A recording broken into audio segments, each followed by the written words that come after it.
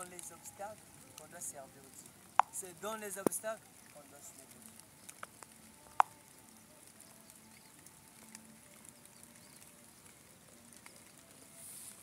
Dieu connaît. Lorsqu'il te dit va, il t'a seulement dit va.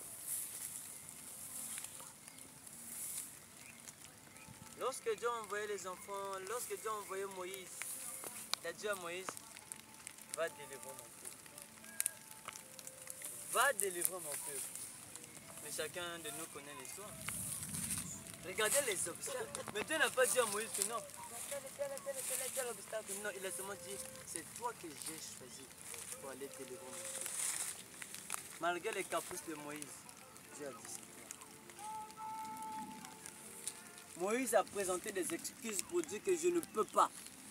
Dieu a dit c'est toi. Mais Moïse a rencontré beaucoup d'obstacles. Et c'est ces obstacles qui ont même créé les plaies. Parce que le cœur de Pharaon ne voulait pas libérer les enfants d'Israël. Mais c'était les obstacles que Moïse était en train de rencontrer. Malgré tout, il continuait d'avancer. C'est pourquoi est-ce que Moïse continuait? Mais c'est parce qu'il savait d'abord de qui il est témoin. Il savait que je suis témoin de Jéhovah. Je suis témoin de Jéhovah, le Dieu Tout-Puissant. Il a connu qui il est. Il a reconnu son maître. Il a reconnu son créateur. Nous aussi, ici présents, on doit reconnaître notre créateur. Et tu dois savoir que je suis témoin de. Lorsqu'il y a des procès dans les tribunaux, on a besoin de qui? D'un juge. On a besoin des victimes. On a besoin des coupables. On a besoin des avocats.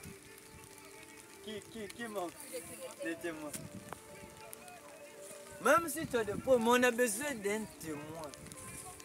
On a besoin d'un témoin ou des témoins qui ont assisté à. Mais toi tu viens seulement, non, ça ne marche pas. Qui est le témoin? Aujourd'hui on veut aussi savoir qui est le témoin de Christ. C'est cette personne qui prend l'engagement de suivre Jésus-Christ. Il dit, vous êtes dans le monde, mais ce n'est pas là-bas que vous êtes. Ce n'est pas votre place. Pourquoi il le disait? Parce qu'il savait que vous êtes témoin de Christ. Il savait qu'un jour, tu prendras l'engagement de le suivre. Il savait qu'un jour, tu prendras l'engagement de le servir. Raison pour laquelle il nous a précédé en disant que vous êtes dans le monde, mais vous n'y êtes pas. Parce que ce n'est pas votre vie, ce n'est pas votre monde. Vous avez un monde qui vous attend au-delà. Vous êtes mes témoins.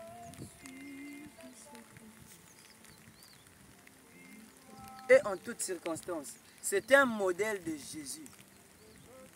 Être témoin de Christ, c'est être aussi un modèle de Jésus. Les filles sont là. Si je mens, dites-moi. Quand vous voyez quelque chose, tu dis, on a tourné un modèle. Ça veut dire quoi?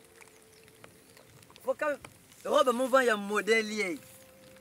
C'est pas vous qui dites ça. Elle serait déjà, donc c'est la bonne réponse. J'ai raison. Elle serait. On a tourné robe modèle. Faut qu'il y ait un modèle. Pour changer un peu, maman, il y a un modèle. Il y a un modèle à Marie Moussam. Vous voyez?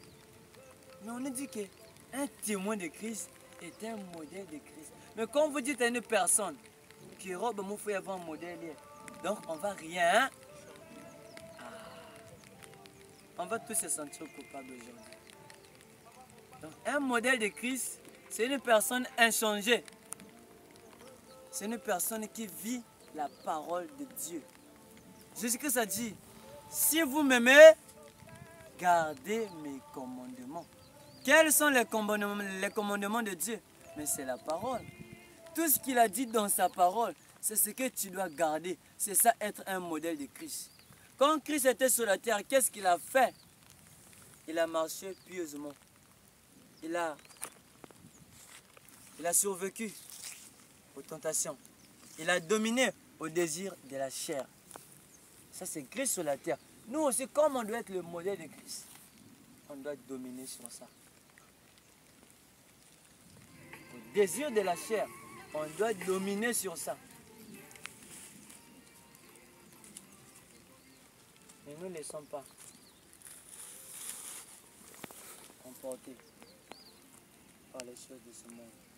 Pourquoi? Parce que Jésus-Christ a dit, n'aimez point le monde. 1 Jean